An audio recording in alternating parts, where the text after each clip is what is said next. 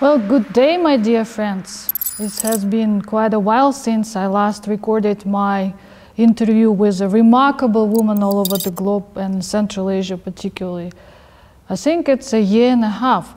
But today presents a really great opportunity because I finally get to meet my friend, whom I've been eagerly waiting for 6 months to conduct an interview, discuss the insights and share the experience on the women leadership perspective in Central Asia and globally.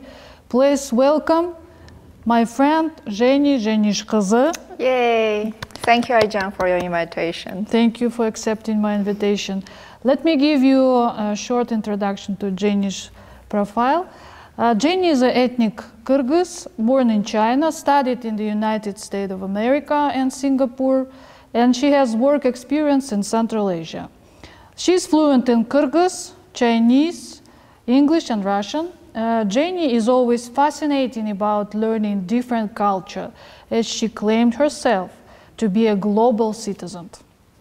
In her professional work, she has over 10 experience in the field of development, education, and investment. She has worked in places such as United Nations, the Minister of the Economy in Kyrgyzstan, the national company Kazakh Invest, and she ran her own consultancy company. She is a strong community leader, where she used to be the chairperson of the Association of Social Entrepreneurs in Kyrgyzstan, trainer and mentor for pro-KG community. Because of her passion, Jenny was nominated Gender Champion by the UNDP Kyrgyzstan, as well as the nominated Community Champion by the Global Shapers Community, an initiative of the World Economic Forum. And most importantly, me and Jenny came from the same network, which calls CAMCA Network. We represent CAMCA Network here in Central Asia. Jenny is a national coordinator of the CAMCA Network in Kyrgyzstan. I'm the national coordinator currently of CAMCA Network in Kazakhstan. So we together help to bring our young leaders to the global stage. How powerful we are. Yes. But we will tell more about CAMCA Network later on during our interview. First of all, again, thank you for agreeing to participate in today's interview. I believe you are the one who have a wealth experience in life experience in how to be a genuine leader in your field. So let's start from your last updates from your professional sphere. Where are you right now? Are you working, studying, initiating new project, or you just decided to take some time to have rest? What brought you to Almaty, Jenny? Thank you so much again, Aycan. I would like to appreciate such a wonderful initiative of you, like sharing the story, women's story in Central Asia. So that's why I'm here to support your great mission. Well, right now, I'm taking a very long break from my job at United Nations Development Program, where I worked very hard for the past 3 years.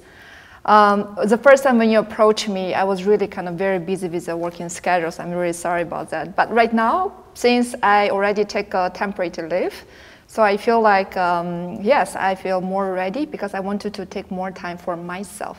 So what brought me to Almaty? This is actually the first my trip abroad in 2024. Before that, I was visiting Qatar. So there's a web summit in Doha. I visited the UAE, Dubai, Abu Dhabi, just to explore in this kind of exotic culture in Middle East. And here I am again in the charming city of Almaty, getting reconnected to my old friends and of course meeting you. So I'm really grateful for this interview opportunity. I think this makes my trip very kind of memorable.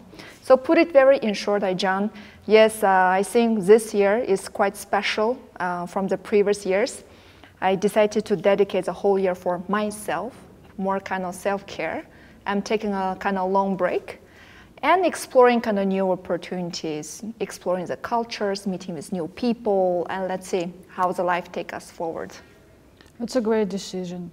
Good luck with this. Not easy though. Finding a new insight of yourself, new angles of your personality during this year. Thank you. But as my channel focuses on interviews with a remarkable woman as you are, on exploring the perspective of women leadership in Central Asia, I would like to hear your perspective on women leadership in Central Asia. Are there any specific examples that highlight the unique style of the women leadership in Central Asia in comparison to the rest of the world? Okay. Here's a disclaimer. Ladies and gentlemen, in today's interview, every views I express do not represent any position of the organization I'm affiliated with. So that's why it's gonna be just purely my own opinion. Thank you for your attention. Now I'll come back to you. It's like a very typical, protocol, like because working for a bigger international organization, you need to make sure, like, this is the organization's position, this is my personal opinions. In my personal view, I feel like the concept of the leadership itself has been very highly masculinized and westernized. I'll explain how. For example, think about whenever we talk about leaders, what kind of images come into our mind? We often associate the leadership with the people who have who are very bold, very harsh, direct, and of course the charisma and so on. And often this kind of image come into our mind is like a male portraits, right? I'm recalling back at the beginning of my career journey when I just finished my first master's degree in the United States, came back to Kyrgyzstan. I founded my own investment consultancy firm. So I had the opportunity to consult a lot of businessmen, investors, Ministry of Economy in Kyrgyzstan. And also, by the way, during the expo time, I was helping this national company, Kazakh Invest in Kazakhstan, and so on. So my professional field were fully surrounded by men. It's a very heavily male-dominated industry. I still remember, I always found myself working as twice hard just to try to prove that I deserve a seat around the table. I will never forget one comment made by a very high-profile official. He said, "Jenny, your problem is that you're beautiful, so people don't take you seriously." So in this response, I feel this compelled to change myself, change the way how I look, change the way how I spoke, and change the way how I interact with people. So I didn't go to the beauty salon, like I prefer more business suit rather than dress, and talking in a very harsh, direct way as my male counterpart, my colleagues. And I also realized that gradually this kind of changing also affect my personal relationship building and friendship building. Because I spoke the same way and looked like the same in my business and in my personal life as well. So I had a feeling like many of my male friends will describe me as very bossy or very kind of arrogant, or let's say, they will often feel intimidated. So I feel this kind of style, business style, is changing also my personal lifestyle. I found it so difficult to balance the way I am in business and in personal life. And this kind of like conventional thinking, like in order to be a leader, you need to act like a man, think like a man. It often leads to these double standards. So if a man behaves the same way as I am, wow, he's adored to be as a leader. But if I, as a woman, behave the same as I am, people will call me, "You are so bossy, you are so pushy." Like even in Kyrgyz language, there are many kind of Kyrgyz businessmen. Even emotional, unstable, and aggressive sometimes. Yeah. They will tell me, "You are a Kyrgyz woman, you need to be kind, you do not push so hard," this kind of stuff. I'm talking exactly the same as you talk to me, so why does it differentiate us? But in the end of the day, I feel like deep down, I knew it was not really me. But when I grow older, I think getting more mature, I gone through some kind of life experience, I started to embrace myself. So I embrace my feminine energy. I think being a leader is not necessarily acting like a man. We can still be kind, we can still be empathetic, we can still have more kind of listening rather than speaking a lot. So I started to embrace this type of me, and I feel myself much more comfortable. This is my authentic self. So the lesson here I want to put it short is, leadership should embrace the diversity. And it is okay for you to be soft. It is okay for you to even express your vulnerability, and it's absolutely beautiful to insert this feminine kind of energy into this leadership, which is ruled by this crazy and male-dominated world. Thank you very much, Jenny, for sharing your experience of women leadership throughout your career. It's kind of fascinating how people look at the leadership and categorize it immediately by gender. Well, as you said, in reality, there is a different styles and forms of the leadership. And the main message that I've got from you right now, that we should learn how to embrace the diversity of the leadership. Yes. And speaking about the leadership term, I think it's everywhere. We are starting the new project and leading it. We are leading people through the transformational initiatives within the organization. We are changing our life also. It's also leadership. Yep. And I know right now that you're taking the lead of organizing some very big forum in Bishkek. So can you elaborate a bit more about the nature of this forum, about the speakers, what is on agenda of this forum, so what you expect, what you would like to show about the new trends in Central Asia? Thank you, Ayjan. I'm pretty much sure you're referring to our CAMCA network, the Yes. regional forum, which we are expecting very soon in Bishkek. Actually, I do want to highlight and give the full recognition for your leadership. Okay, for general audience who don't know what CAMCA Regional Forum is about, CAMCA, it stands for Central Asia, Mongolia, the Caucasus, and Afghanistan. I'm just knocking like I've never known about this. But we already joined this network I know. from 2009. You're from 2009, I joined 2019, anyway. So now Ayjan is more representing as a public audience, right? So giving me more space to explain what this CAMCA network is about. So I'm very fascinated. I do think people need to know about this network, because usually when we refer to Central Asia, we only talk about 5 STAN countries: Kyrgyzstan, Kazakhstan, Uzbekistan, Turkmenistan, Tajikistan. Nevertheless, we have a very famous kind of historian, Dr. Frederick Starr. He's a great friend of Central Asia. So he wrote a book about the lost enlightenment. It's this kind of book, talking about the past history of Central Asia, what happened in our region. And it turns out Central Asia were much bigger than the current 5 countries. So it has Azerbaijan, Armenia, Georgia, Mongolia, Afghanistan. So we were all very much interconnected country together. So this CAMCA network, it is a bigger concept of Central Asia, uniting 10 countries coming together, especially for this kind of young rising leaders. So that the whole purpose of that is just by getting to know each other more closely, we can build this kind of more peaceful relationship, peaceful dialogue. That's it, simple like that. So Ayjan is the national coordinator for Kazakhstan chapters.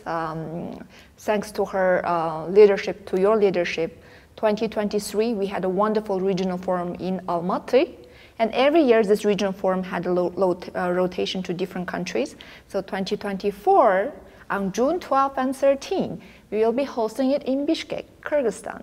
So we very much welcome all the CAMCA network friends, as long as our partners and anyone to join, to come to Kyrgyzstan to support this network. So here at this network, we'll be focusing on a couple of main themes, because we also want to support the local governments. For example, in the Kyrgyz Republic, our government is more prioritizing 3 types of economy: digital economy, growing economy, and creative economy. So most probably our forum will be surrounding by that one. And also we'll provide, organize this business expo, kind of B2B, B2C kind of interactions. There'll be much more fun to do, 2 days in Bishkek and 1 more day in Isyk. Let's just build some friendship. Let's just create more memories and make Bishkek, make this CAMCA network as the ultimate destination to stimulate, to promote this regional integration. This is the purpose. So in June 12 to 13, 2024, we'll be waiting for Ayjan, for our Kazakh fellows, and all our people who want to support this network. Well, thank you, Jenny. I would like to spot on your expression that the good memories actually, and I will continue create the future, good future. So Good luck with preparation. Thank you so much. Definitely count me in. Yeah, I'm eagerly anticipating to have this opportunity to reunite with our esteemed CAMCA network colleagues and discuss the latest trend in business and educational and social projects that currently run in our region. But I think work is work, but life balance, to maintain the life balance is crucial. You know, since 2012, I've had one habit. I actually make myself set up the goals. At the end of each year, I set up the goals for the following year. Usually it goes for my professional life, for my kids, for health, for the places where I wish to go. And it essentially to frame this goal that they already have been reached. And my question to you, what kind of goals did you put for yourself for year 2024? It can be professional, it can be personal, just please share with us. Thank you. 2024, this year is quite special for me. This is a year of dragon, yes. Yes. Because you introduced me at the beginning, I had this, I also carry the Chinese heritage. I was born in China. So it is a very special year. What is your sign according to the Chinese? Chinese calendar, I'm snake. Snake. A year after. And horse. Yes. Horse, like very hardworking. Yes, yes. Snake is like it's described as like a full of wisdom or whatever. Wise. I've heard the snake described as a wise animal. Yeah. So in Chinese calendar, there are 12 different kind of animal representing different kind of years. And you know, China often says that the offsprings of the dragon. So dragon year is a very big deal in China. But in general, for me personally, this year is a year of transformation. This is a year of unlearning and relearning. So what I mean by this is, as I already told you, I started this year by leaving my very prestigious organization, which I was quite a middle-level kind of program manager, national officer. I had a good salary, everything was good. And I said, oh, after 3 years, I want to take a break. Starting with this, it's a very kind of brave decision, actually. And I started to travel around. So I went to the region like Middle East I have never been to before, just to expose myself to a very new environment, get to know new culture, new people. And we have this CAMCA network, will be upcoming very soon in June. And after June, I was planning, most probably, I want to change the environment, to go to some new places to explore. This is about unlearning, just to take off all my previous experience, my identity things. I'm just very new, you know, very new of me, facing a new environment, new culture, and also about relearning. You know, I don't know, it's just for fun. I remember how the snake, they're changing their skin. Very good imagination, yes, exactly like Yeah. that. So I'm changing my skin. Yes. So after this process, people or even the snake animal will look even much more younger, energetic. I hope this happens to me. And also about relearning. What I mean, like, I was born to a family of educators, so education is a big part for my family. And also for myself, despite I have already 2 master's degrees, one in the United States I made at Columbia University in the city of New York. After 5 years, I studied in Lee Kuan Yew School of Public Policy under the National University of Singapore. And I feel like it's time to relearn something new. So what I did, like I signed up for blockchain centers, academy. So I'm learning something about blockchain, some Web3. And I have my personal hobby in media and public communications. So I did some kind of mobilography, kind of learning courses. So I came back to this learning mode again. That's make me feel really kind of charging myself. Yes, so unlearning, relearning, this kind of process. And after June, what's gonna happen? I don't know, I simply don't know. But I do want to also like address, I remember yesterday we had a talk, this transformation. Before the COVID, I was pretty much a typical like a Chinese mindset. I always made my long-term plan. My minimum plan is 5 years plan. I should know what's future forward looking look like, what is my plan, and so on. I will literally wrote it down and make a timeline on that. That is the reason actually when I moved to Singapore, I thought initially, so I would just stay there because that's going to be the perfect place. Many of my friends go, hey, Jenny, that's so wonderful. It's a perfect country because you speak Chinese, this is the English law, yeah, a very democratic market. I feel like that, but COVID's kicking. Yeah, nobody knows that, nobody expected. That moment, all my 5-year plan, 10 years plan, my career plan just done, finished.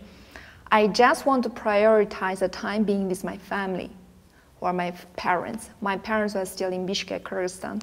So I just threw everything out, okay, I'm just come back. I wanted to stay next to them. That is also the opportunity. I got this job opportunity from United Nations Development Program, doing mainly technology innovation work in Kyrgyzstan. It's not bad because when I was there, I was video calling my parents. I see everything is so organized in Singapore. Everything is so good. People are vaccinated. People had a lot of kind of social protections from the Singapore government. On the other side of my camera, I see my people, my family, my friends are suffering from COVID, suffering from pandemic, the lack of the supply of the vaccines. They are screaming, they are crying out for the help. And this just could not ease me. I just did not feel myself good. And that's also the commitment I made myself. I do want to help during the pandemic time, during this crisis time, to help my country. So UNDP has become a great platform for me to do so, to fulfill my previous promise. So now everything I think COVID has passed, life come to another time, but they have transformed the way we think, the plan of our life. Now I really want to take it easy. One of my friends told me sometimes the best plan is without any plan. So when the future becomes unpredictable, it's also full of the surprises. So let's explore what's going ahead of us.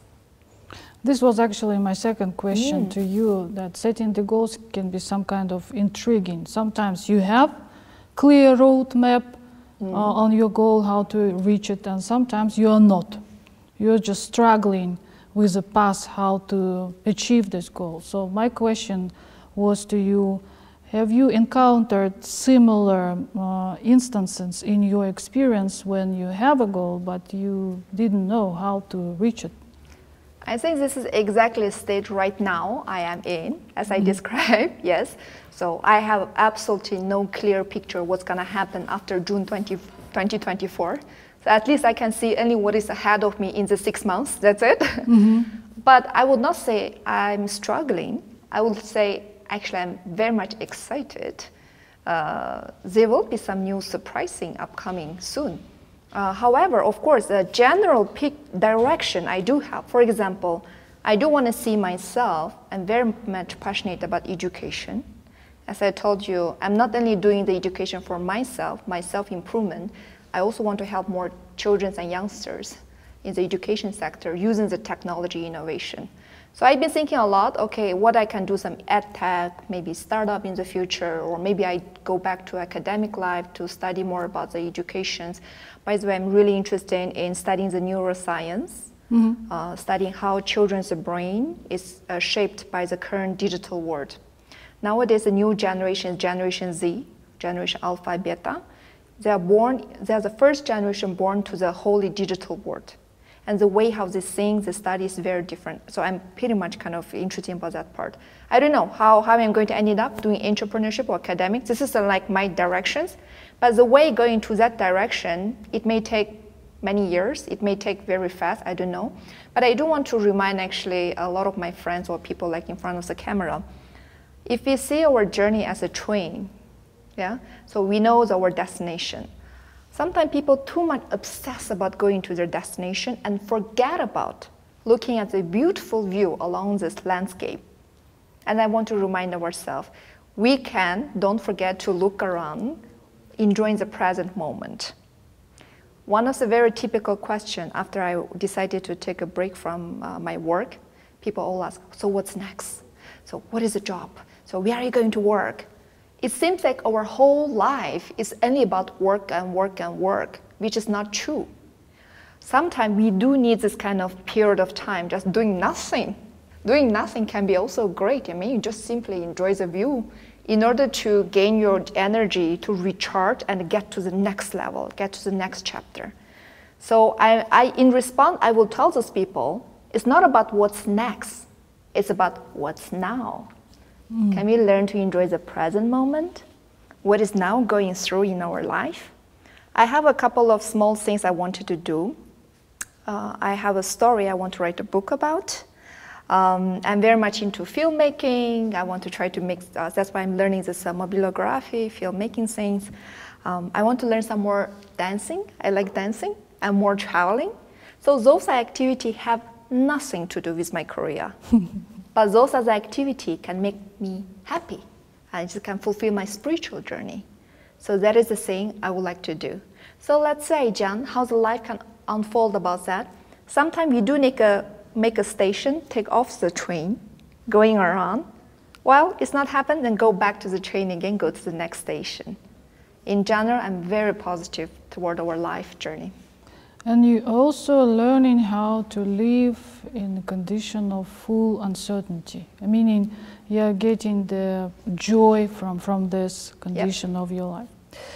Thank you for sharing your experience, also how you overcome the fears and challenges in your life. But I think it will be beneficial for our audience, and particularly for women and for girls, if you give us top 3 tips how to turn into and trust your inner voice and learn how not to betray yourself.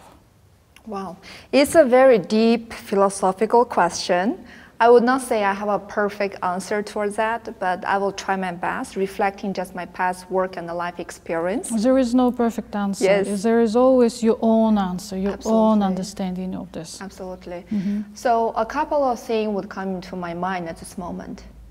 Number 1 is about practice more self-care and mindfulness. What this mean, like, for example, one of the big, very good habit I picked up recently, I started doing a lot of yoga, meditations. This helped me a lot. I also read a lot of spiritual books from Eckhart Tolle, from Carleone, what you call it here. Yeah. So those are people really help me a lot. So I want to really tell to people, especially women, self-care is not selfish.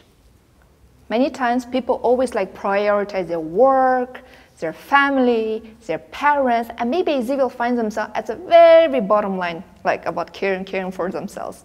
But I do want to say, hey sisters, bring the self on the top. Because it's a simple like logic. When we go to the airline, right? People said, first you need to protect yourself, then you protect the children next to you, yeah? Without being a healthy self, you cannot help or you cannot love other people. That's why I want to say self-care is not selfish. Please practice more self-awareness. It's second tips. Yeah, it's a first tip, actually. It's a first. I'm sorry, I'm taking long. No. Yes, for example, daily doing some meditation, having some journaling, or just exposing yourself to a nature, having some walk. This kind of small tips activity can help you a lot. Second, I would mention is about be aware of your body. Why I'm telling you? I think, Aijan, you and me, we share some commonalities. We're highly educated people, very professional, because you work for the, actually professionally, you work for the banking sector. I know your brain must be very analytical, you know. Sometimes I also feel myself, like I use too much my brain, but forget about my intuition, forget about my emotions. I'm suppressing like what my body wants me to tell me, the signaling me. This part I start being more aware. Especially when we are working very hard, the body is giving the signal. Yeah, you are tired, you are burnout, you need to take a break. That is the moment you need to be really listen to them. I think find this harmony between your brain, between your body, and in your spirit. If you can find this alignment, you're gonna really live in peaceful and harmonious life.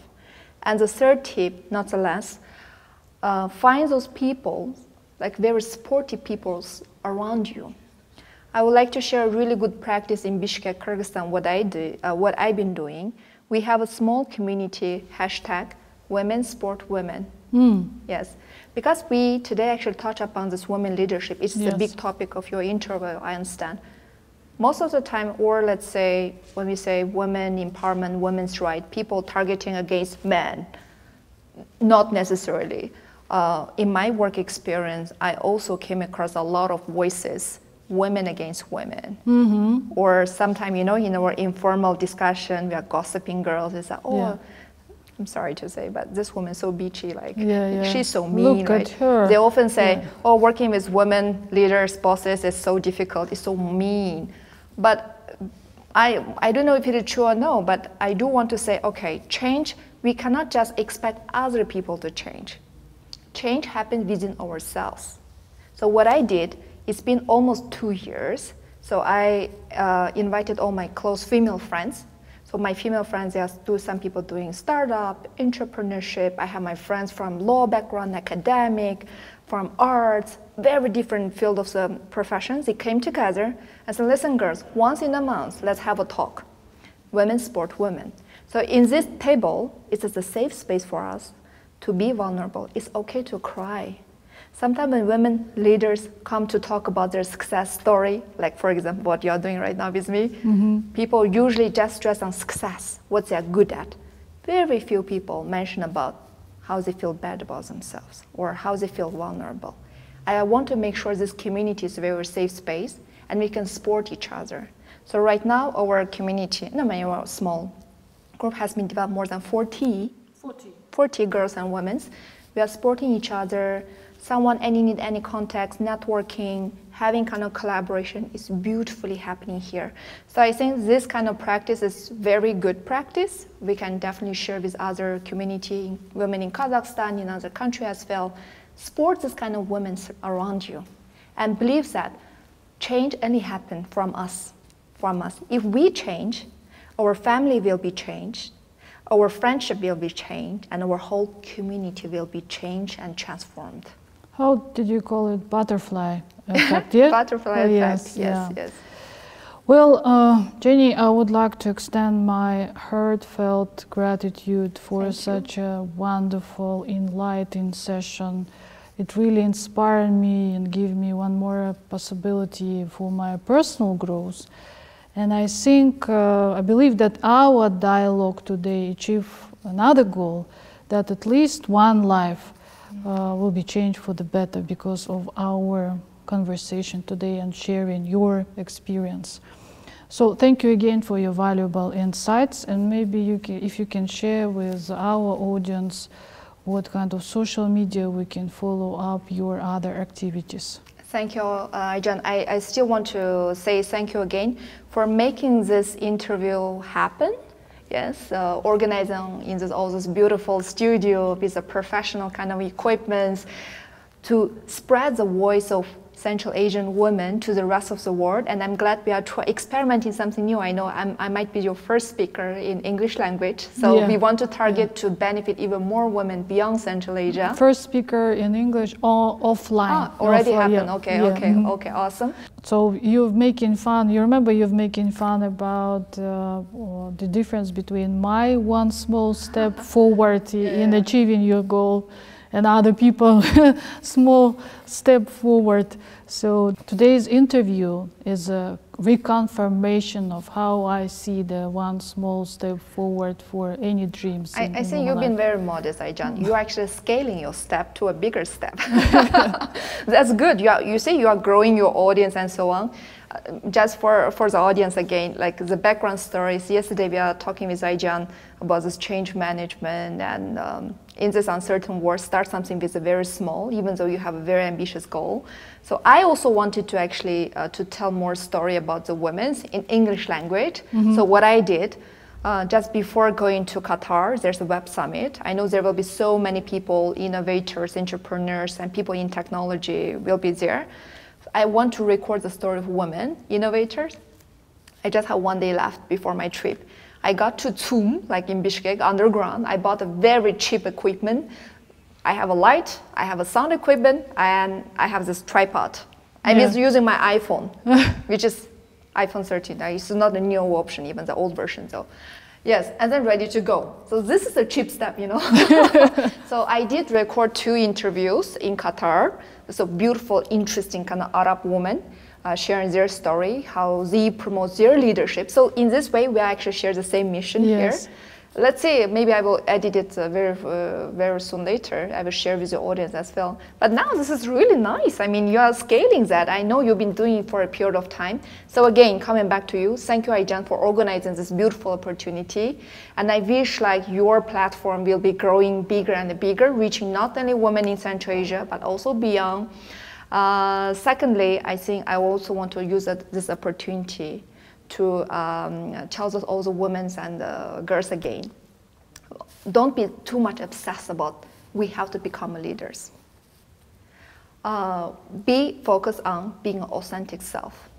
Yes, I feel like if we want to strive to be like this role model, I want to be like that leadership type, maybe you can fake it, or maybe you can become like that, but you will lose the harmony inside of you. I feel like the most sustainable way, the most happy way for us to take our agency, to claim this leadership, is be the way who we are right now. This is listening to your inner voice. Yeah? Forget about what other people tell you what you should be like or act like. Forget about all this kind of society norms.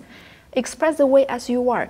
Then you will really find the harmony, and then you will freely express yourself. That is a beautiful moment. I hope every woman can have this freedom mindset, can eager to express themselves and to claim the world as they wish to become. Great, super. As our interview draws to close, I'm excited to announce that today's interview, today's new episode marks the beginning of the new series too. So please stay tuned and subscribe to my YouTube channel, Her Way in Central Asia, to watch this episode and many more to come. Yes, and I also wanted to ask, because you're asking about my social media, this is just a beginning. But if you really want to follow more kind of my update, I share a lot about women's story and women empowerment.